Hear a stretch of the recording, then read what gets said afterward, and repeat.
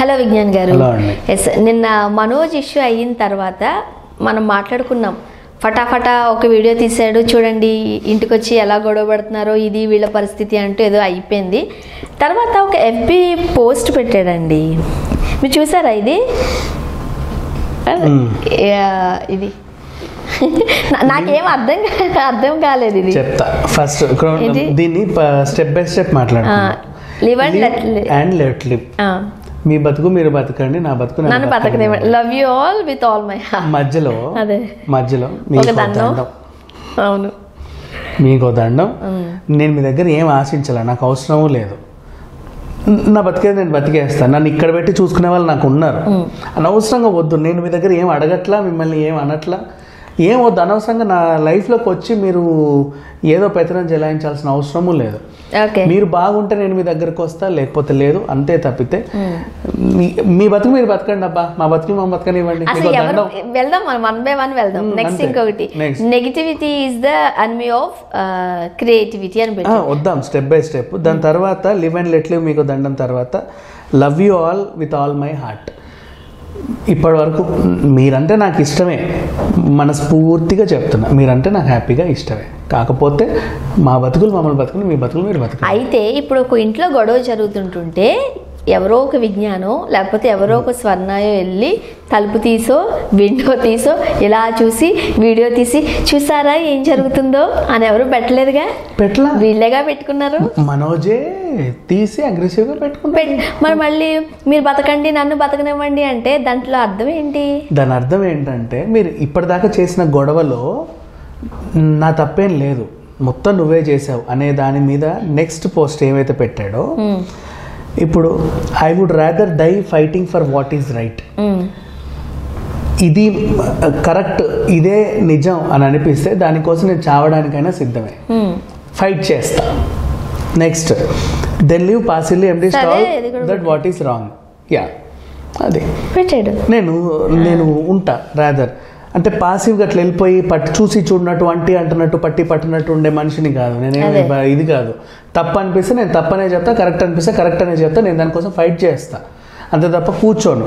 ఇప్పటిదాకా మీరు చేసిన వేషాలని నాకు తెలుసు, నాకు ఆ ధైర్యం ఉంది, నేను ఇలాగే ఉంటా అన్నట్టు నీట్గా చెప్పుకున్నాడు. తర్వాత దాని పక్కనే ఇది పెట్టాడు. యా, అలాగే next, negativity is the enemy of creativity. నిన్నటి నుంచి మీరంతా జరిగిన తర్వాత మీరే నన్ను నెగిటివ్ చేస్తున్నారు. ఈయనదే తప్పు, తెలిసి తెలియక పెట్టాడు. ఫస్ట్ ఆఫ్ ఆల్ ఈ పోస్ట్లు ఫ్యాన్స్ కి పెట్టాడు అనుకోవాలా, అన్ని ఇండైరెక్ట్ గా పెట్టాడు అనుకోవాలా? డైరెక్ట్ గా ఫేస్బుక్ వేదిక మీదనే నిన్న బలవంతంగా గొంతు నొక్కి ఆయన వీడియోని డిలీట్ చేయించారు కదా, అదే ఫేస్బుక్ వేదిక పైనే పెట్టేశాడు. ఫేస్బుక్ వేదిక పెట్టేసి అటు విష్ణు గారికి కౌంటర్, అందరికీ కూడా క్లారిటీ, వాళ్ళు చెప్పినంత మాత్రం నేను డిలీట్ చేయను, నాకు ఏదనిపిస్తుంది అది పెట్టేసుకుంటా, ఇక నన్ను వదిలేయండి. ఇది పెట్టడానికి కూడా కారణం, దానికంటే ముందు మీకో దండం, నన్ను వదిలేయండి, మా జీవితం మాది, మీ జీవితం మీది, మాకు ఇంకేం అవసరం లేదు, అంతే. ఇది ఎంత బాధగా పెట్టాడు అనేది అర్థం చేసుకోవాలి ఫస్ట్ ఆఫ్ ఆల్. అంటే ఇప్పుడు కూడా ఈ పోస్ట్ పెట్టాడు, నిన్న ఏదో తండ్రి చెప్పాడు కాబట్టి డిలీట్ చేశాడు, అయినా సరే మళ్ళీ ఈ పోస్ట్ పెట్టాడంటే దాని అర్థం ఏంటి? ఈయన ఇంకా రిగ్రెట్, అంటే ఐ మీన్ రిగ్రెట్ ఎందుకు అవ్వాలి? ఈయన ఇంకా సాటిస్ఫై అవ్వాలా, అదే ఆయన కోపం ఏం తగ్గల, ఇంకా అలాగే ఉన్నాడు. అంటే ఆయనకు తెలుసు నా తప్పేం లేదు, అక్కడ ఏదో జరిగింది, నేను ఎందుకు ఊరుకోవాలి ఊరికే. నీ అంతటి నువ్వు వచ్చి ఇష్టం వచ్చినట్టు వాళ్ళని వీళ్ళని కొట్టేసి ఏది పడుతుంది అడిగేసిపోతే సరిపోయిందా? అట్లీస్ట్ ఇంత జరిగినందుకు సారీ అని కూడా చెప్పిన దాఖలాలు అట్లా చెప్పకుండా పిచ్చోడు మా తమ్ముడు, వాడికి ఏమో తెలుసో తెలియక ఏదో పెట్టాడు, మీరు పట్టించుకో వదిలేయండి అని చెప్పడం. మిగతా వాళ్ళు కూడా మనోజ్దే తప్పు, ఆవేశపడి కుటుంబ పరువు రోడ్డుకి ఈడ్చాడు, వాళ్ళు అలా చేశాడు ఇలా చేశాడు, ఎందుకు చేయించుకున్నావు నువ్వు? అదే చేశాడు, కరెక్టే, అన్నీ చేశాడు. అక్కడి వరకు వచ్చి కట్టలు తెంచుకొని పెట్టాల్సినంత ఇదంటే అసలు అంటే చేదాటిపోయింది. అది సంగతి. ఏమో మేబీ ఒకవేళ మనోజ్ ఆ పోస్ట్ పెట్టకపోతే నువ్వు అక్కడ ఉన్న వాళ్ళందరినీ చంపేసి గొంతు పీసి కూడా పోవచ్చు, ఎవరికేం తెలుసు, అందరు చచ్చాక ఎవడు చంపాడు ఏమైందని. అంతే, అవునా కదా? సీరియస్లీ పెట్టేశాడు సోషల్ మీడియాలో, ఇలా జరిగింది, వచ్చాడు చూడని చెప్పేసి. అది మంచిది. అంటే నువ్వు వచ్చావో తెలీదు, నీ వెనకాల ఇంకా 10 మంది వచ్చి మొత్తం ఇంట్లో అందరినీ కొడతారో మరి మాకేం తెలుసు. ముందైతే సోషల్ మీడియాలో రిలీజ్ చేస్తే ఇంకా వాళ్ళే చూసుకుంటారు.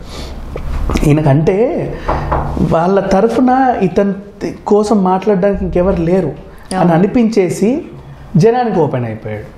జనాలకి ఎలా ఓపెన్ అయిపోయాడు?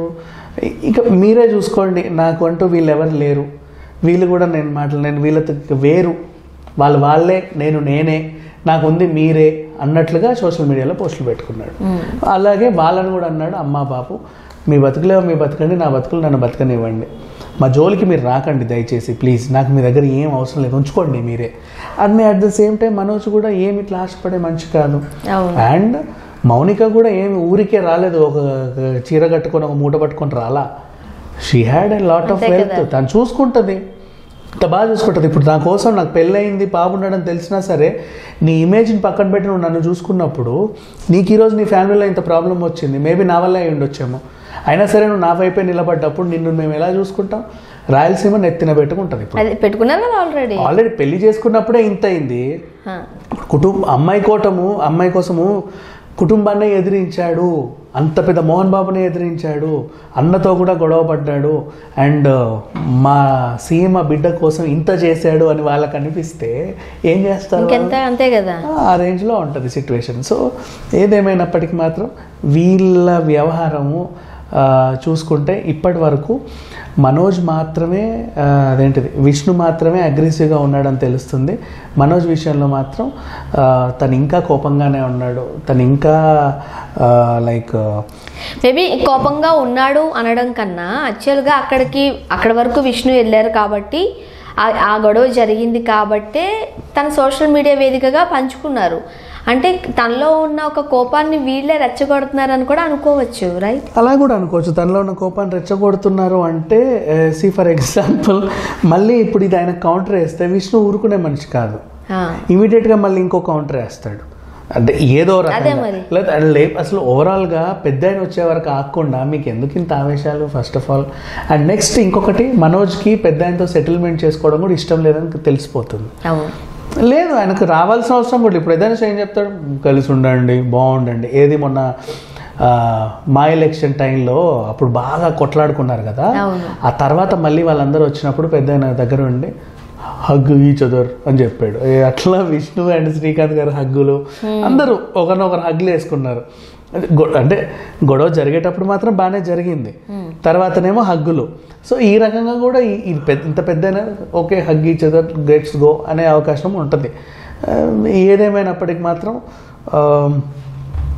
ఈ వ్యవహారంలో వీళ్ళు సెటిల్ చేయాలని వీళ్ళకి అనుకున్నా కూడా మనోజ్కి అయితే సెటిల్మెంట్ చేసుకొని అసలు మళ్ళీ కలిసి ఉండాలని కానీ వీళ్ళతో ఉండాలని కానీ ఆ తర్వాత రిలేషన్షిప్ కంటిన్యూ చేయాలని కానీ ఏమీ లేదని అర్థమైపోతుంది. బట్ చూడాలి, ఎందుకంటే ఇటు ఫ్యాన్స్ తరపు నుంచి లేదు అని అంటే ఇటు ఫ్యామిలీ తరపు నుంచి తను ఏదో ఒక పోస్ట్ అయితే పెట్టాడు కాబట్టి నెక్స్ట్ ఎలా స్పందిస్తారు, లేకపోతే నెక్స్ట్ ఎలాంటి పోస్టులు రాబోతున్నాయి. దండం పెట్టేసాడు ఏదో నాకు అవసరం లేదని, నెక్స్ట్ ఇప్పుడు ఏం చేస్తాడు నన్ను అడిగితే వాళ్ళ లైఫ్ గురించే పంచుకుంటారు, వీళ్ళని పట్టించుకోడు. ఇంకేనా చూడాలి, ఒకసారి అర్థమైపోయింది వదిలేసాడు అని, ఇంకంతే. Thank you so much. Thank you so much.